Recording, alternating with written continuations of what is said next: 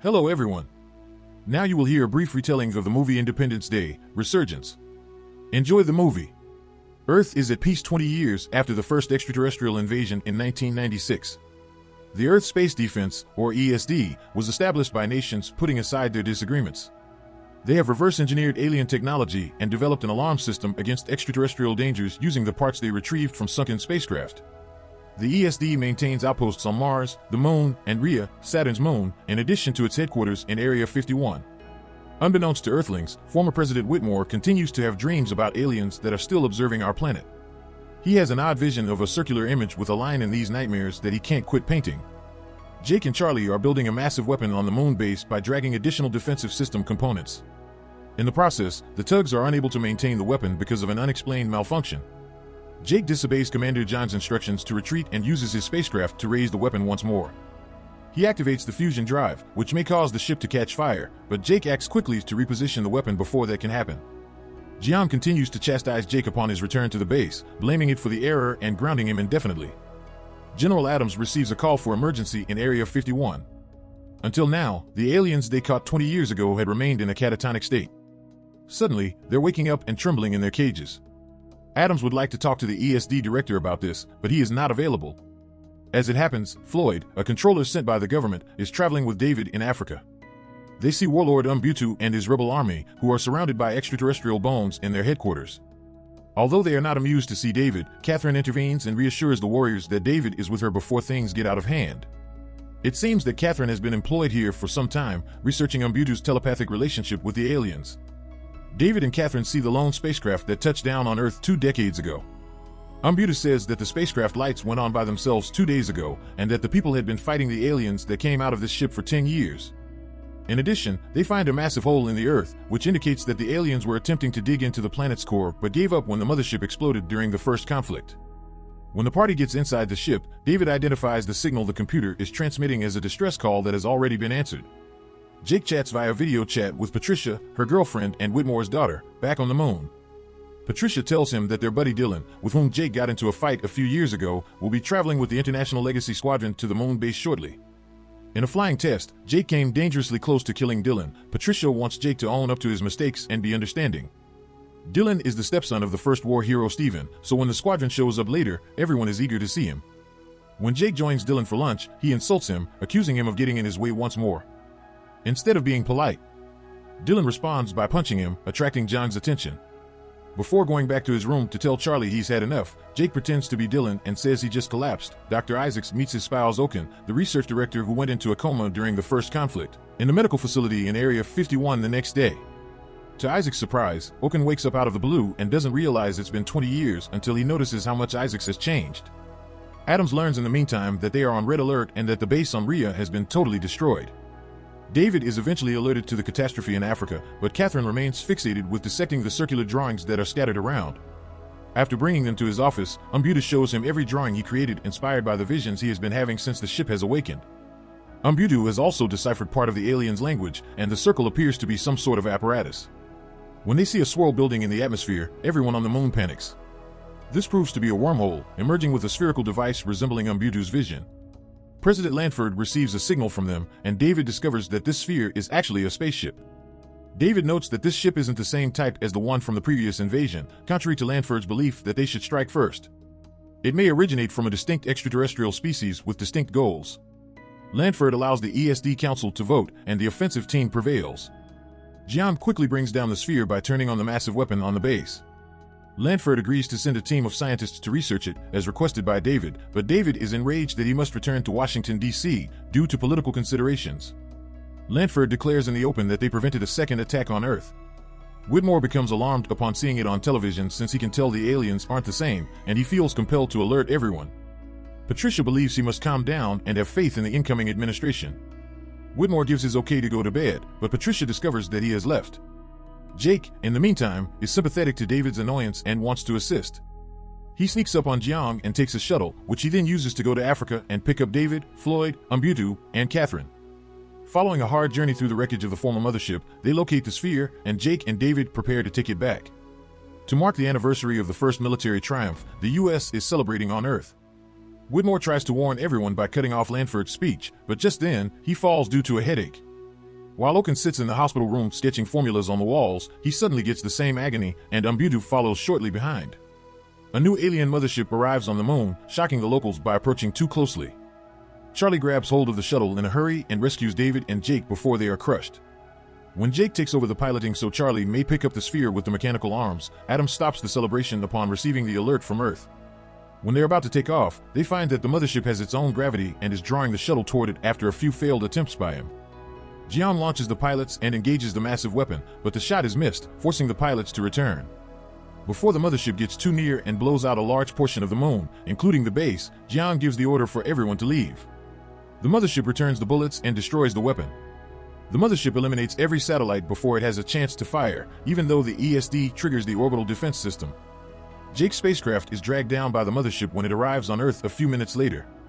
Cities start to collapse due to the proximity, as both people and structures are drawn up by the ship's gravity. When Jake discovers it wants to land on the North Atlantic Ocean, he must start acting erratically to keep from being struck by the falling debris. All coastal cities are ordered to evacuate by Landford, although some vessels miss the notice. When Julius, David's father, notices the ship approaching, he is sailing. When the mothership lands and Julius gets struck by another boat, the contact terminates. He phones David to warn him this ship is considerably bigger than the last one.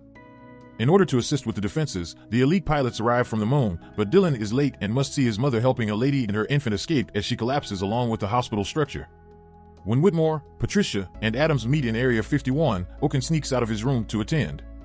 Oaken believes the aliens in the cages are partying because they have gone insane.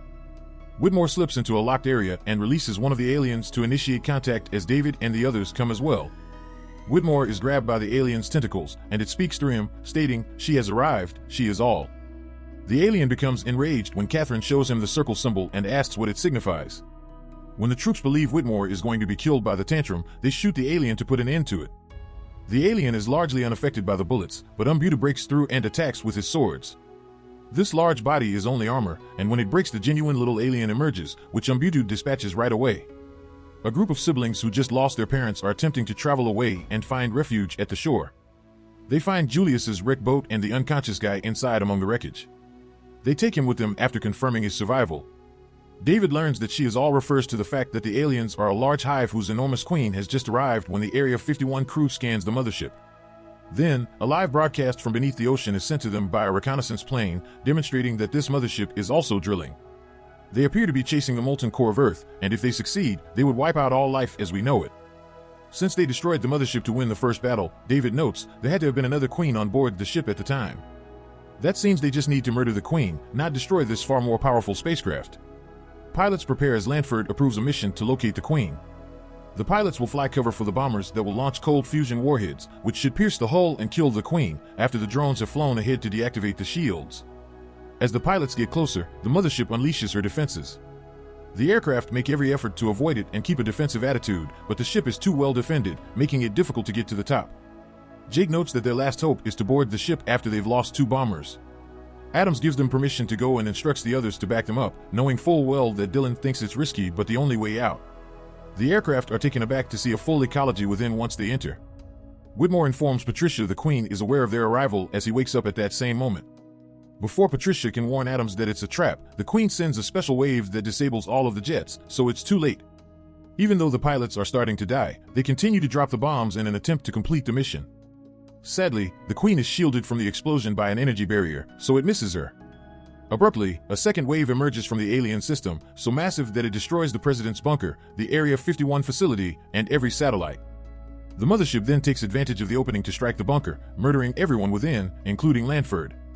Shortly after reaching Area 51, the military chiefs appoint Adams as the next U.S. president. After presenting Oaken's drawings to Catherine, Umbutu is able to decipher parts of the drawings, which include references to an interstellar battle and something about stopping an enemy before it reaches Earth. Umbutu is made aware of this and learns that the sphere wants an ally because the aliens are also its adversaries. A few pilots, including Dylan and Jake, have survived the crash inside the mothership. Now, they must hide in the ecosystem to avoid being discovered. Using a special laser, Oaken opens the capsule at the base and scans the sphere, but he is unable to find any signals. Curious, Floyd moves closer to touch the sphere, and its smooth surface absorbs his hands. The sphere takes a few seconds to activate and release Floyd before it begins speaking in English, which it picked up from Floyd's brain. Simultaneously, the Queen determines to don a massive piece of armor after receiving a readout on her system. All the pilots can do is watch as the mothership's top abruptly lifts off to launch a fresh attack. The sphere starts out by describing how it heard the aliens' distress cry and tried to warn the humans, but the humans assaulted the sphere without first making any inquiries. The inhabitants of the sphere had previously engaged in combat with the alien invaders. They refer to the motherships as harvester ships as they go from world to planet collecting fuel-grade cores. The system of this sphere, the only one to survive from its planet, is the secret to advanced technology. The reason the aliens are afraid of this hidden planet is because it trains survivors from other destroyed worlds how to construct weapons that will destroy the invaders. Regretfully, the Queen can now monitor it because the sphere has been triggered. David notes that they may bait the Queen as if she has already baited them, if she is already on her way. By concealing the genuine sphere within an isolation chamber and using a decoy inside a tug loaded with cold fusion bombs to mimic its radiation signature, Oaken and David believe they can trick the Queen into falling into a trap. Adams explains he still possesses a radar vehicle from the first battle, which is all they need in order to monitor the Queen. Speaking with the remaining pilots, Adams and David inform them that because the satellites are down, someone will need to fly in manually to explode the explosives, which means that pilot won't make it through the operation. Whitmore intervenes and approves the mission, disregarding his daughter's displeasure when Patricia wants to volunteer. When Julius awakens in the meantime, he persuades his siblings to drive him to Area 51. But they're traveling at a sluggish pace and running out of gas. When they arrive at a petrol station, the driver has abandoned the school bus full of children, so Julius takes over and starts the bus moving toward Area 51 with all the children on board. The alien hangar is located by the pilots within the mothership. While his pals grab the jets, Jake rushes ahead to irritate and urinate on their floor in an attempt to divert the attention of the aliens. The aliens take offense at Jake's remarks and start firing, but the pilots of the aircraft take off and grab Jake before the aliens can harm Jake. The pilots have to make some further maneuvers to escape being killed as soon as the aliens start rushing after them and shutting the doors. Jake apologizes to Dylan in the midst of battle for nearly murdering him all those years ago. The pilots make it to the doors just in time to escape after a few near misses. As the attack approaches, everyone at the base gets ready. Despite her objections, Patricia chooses to travel with her father to assist him as she watches him go. Julius and the children board the bus at that precise moment, just as the Queen and her troops arrive. David sees the bus and moves it over to his sector for safety as the aliens and the base both open fire to begin a new conflict. The Queen is tricked into thinking Whitmore is the true signal when the sphere is placed in the isolation chamber. Before her father makes his sacrifice, Patricia takes her jet close to his house and bids him farewell. Whitmore sneaks into the Queen's ship and sets off the explosives as David surrounds the alien troops with a barrier to contain the explosion. The squad thinks they've won for a brief period, but the alien army keeps assaulting and the base's massive weapon gets shot down for unknown reasons. When the smoke clears, it becomes apparent that the Queen is still alive since she used her own energy shield to defend herself. The Queen starts chasing the children, so David boards the bus with Julius and the children so they can go. While the pilots attack the Queen, whose shield protects her, every ground soldier returns to the base to guard the sphere from the invading invaders. When Patricia realizes that there are just 6 minutes remaining, the boat crew realizes that the Queen lowers her shield for a brief period of time in order to launch an attack. Using this as an opening, she shoots at her point of weakness, shattering the barrier and leaving her exposed. Patricia uses her parachute to flee just before the plane crashes when the Queen attacks it in retaliation. The Queen then makes an attempt to pursue her, but just then Dylan and the others return and use her own technology to assault the Queen. The aliens locate the sphere within the base, where Oaken and Isaacs are stationed to protect it. They then communicate the position of the sphere to her Queen. The Queen uses her hive link to let all of her technologies fly around her to build a new shield, which causes Dylan and his crew to lose control of the jets. In their haste to combat the aliens in the isolation chamber, Umbutu and Floyd allow one of them to hit Isaacs. Oaken must bid farewell to his husband while Floyd and Umbutu eliminate the invaders. The Queen reaches the base with just 2 minutes remaining, at which point she starts pounding the ceiling in an attempt to get to the sphere. Jake has an idea when Dylan refers to the jet shield as a tornado. They should turn on the manual thrusters and let the tornado create a fire whirl that will drive them out of the hive. The pilots retake control of the aircraft and launch a barrage of shots at the Queen, pushing her out of her armor as she eventually breaks through the base and seizes the sphere. Just as the Queen eventually collapses and dies, freeing the sphere, David drives back, stopping the Queen's attempt to flee and almost catching the bus. The Queen's death immediately halts the drill and sends all of the alien spacecraft plummeting to the Earth, just as it did during the first conflict. As the mothership departs, everyone on the planet rejoices in the triumph, and Oaken affirms that everything is well with the sphere. David fears that Earth won't withstand another attack, but Oaken reassures him that humanity's next move is to enlist in the cosmic battle because the sphere has a training program on a shelter planet.